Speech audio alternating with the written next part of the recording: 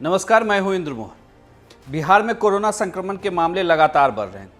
सबसे ज़्यादा मामले कल 749 मामले रजिस्टर्ड हुए हैं बिहार में कोरोना के, जिसके बाद पटना में एक बार फिर से लॉकडाउन लगाया जा रहा है। 10 जुलाई से लेकर 16 जुलाई तक यह लॉकडाउन पटना में प्रभावी रहेगा। पटना में एक दिन में 235 कोरोना संक्रमित मरीज मिले हैं, जिसके बाद डीएम कुमार रवि ने यह फैसला लिया है कि आने वाले 7 दिनों के लिए पटना में पूरी तरीके से लॉकडाउन रहेगा। यानी कि जिस तरीके से लॉकडाउन 1 में सारी चीज़ें बंद थी, ठीक उसी तरीके से पटना में एक बार फिर से सारी चीज़ें बंद रहेंगी। सिर्फ इसेंशियल गुड्स की दुकानों को ही खोला जाएगा। उसके लिए भी समय सीमा तय कर दी गई है। सुबह 6 बजे से लेकर 10 बजे तक और शाम को 4 बजे से लेकर 7 बजे तक ये दुकानें खुलेंगी। सब्जी की दुकानें, दूध की दुकानें और मेडिकल शॉप, इनको खोला जाएगा। बाकी समय कंप्लीट लॉकडाउन रहेगा। सरकारी ऑफिसेज हैं जो ज़रूरी सेवाओं से अलग हैं, और साथ ही जितने प्राइवेट ऑफिसेज हैं या इस्टेब्लिशमेंट्स हैं, कमर्शियल इस्टेब्लिशमेंट हैं जो कि ज़रूरी सेवाओं और आवश्यक सेवाओं से अलग हैं, उनको बंद करने का निर्देश दिया गया है। इसमें यह भी निर्देश दिया गया है कि जो हॉस्पिटल्स हैं, प्राइवेट हॉस्पिटल्स हैं, वह पूर्व की भांति अपनी सेवाएं जारी रखेंगे।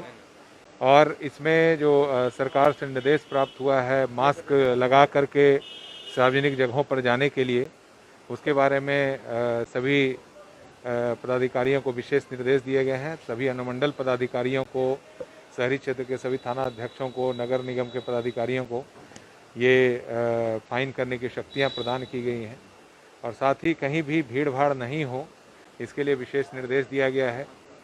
जो भी रिलीजियस प्लेसेस ऑफ वर्शिप हैं उसको भी बंद करने का आदेश दिया गया है, ताकि वहाँ पर किसी तरह से भीड़ भाड़ के कारण संक्रमण की संभावना नहीं बने।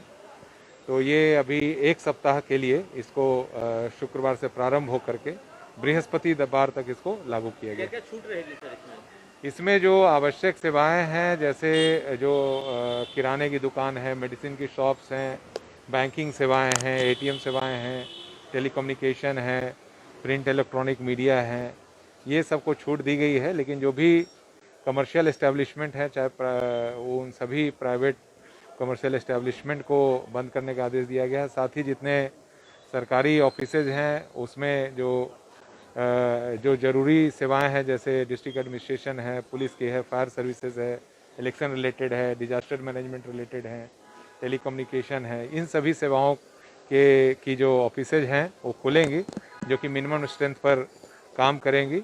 और शेष सभी ऑफिसेज के बारे में निर्देश दिया गया है कि उसको बंद रखा जाएगा। चेकिंग जैसे पहले होती थी उसी तरह होगी चेकिंग? हाँ, चेकिंग के लिए भी विशेष निर्देश दिया गया है। जो वाहनों की चेकिंग है उसके बारे में निर्देश दिया गया है कि जो भी सार्वजनिक परिवहन का उपयोग कर रहे हैं, अगर वो बिना मास्क के आते जाते हैं, वो उपयोग करते पाए जाएंगे तो वाहन को जब्त किया जाएगा।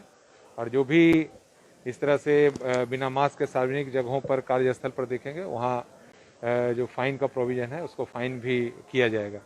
और अभी बहुत ही ज़रूरी है, क्योंकि जो हाल के दिनों में पटना में संक्रमण की स्थिति है उसमें काफ़ी तेज़ी देखने को मिली है, और उसमें जो लोगों का मूवमेंट है और जो कई स्थानों पर मार्केट में भीड़ देखी जा रही थी, उसको देखते हुए निर्णय लिया गया है। जो सब्जी मार्केट है या फल की दुकानें हैं या फिर जो फ़िश की दुकानें हैं, मीट की दुकानें हैं, उन सभी के लिए ये निर्देश दिया गया है कि प्रातः 6 बजे से 10 बजे तक और संध्या 4 बजे से 7 बजे तक ही खुलेंगी। शेष अवधि में वो बंद रहेंगी। कोई भी रोड पर अनावश्यक रूप से भीड़ इकट्ठा नहीं की जाएगी, ये निर्देश दिया गया है, ताकि जो ये लगातार संक्रमण की संख्या इधर बढ़ी है उस पर नियंत्रण पाया जा सके और जो चेन है उसको तोड़ा जा सके। सीमाओं से बाहर नहीं जा सकते हैं इसमें अभी पटना जिले के लिए यह लागू किया गया है, और सामान्य जो परिवहन है उस पर अलग से कोई इसमें रोक नहीं लगाई गई है। लेकिन जैसे ही ये जो ऑफिसेज और जो प्राइवेट एस्टेब्लिशमेंट है उसमें अगर ये बंद करने की कार्रवाई की गई है, उससे स्वतः भीड़ घटेगी कई जगहों पर, और जिला प्रशासन के द्वारा पूरी स्थिति पर लगातार नज़र रखी जाएगी कि कहीं ऐसी स्थिति उत्पन्न होती है तो उस पर आगे कार्रवाई की जाएगी। बाहर जाने की शुरुआत हुई कि कल रात्रि से? नहीं, ये शुक्रवार की सुबह से जो है उसको लागू किया गया। ये पटना जिले से इसको बाहर जाना है क्या, तो पास वगैरह की पास की आवश्यकता नहीं होगी।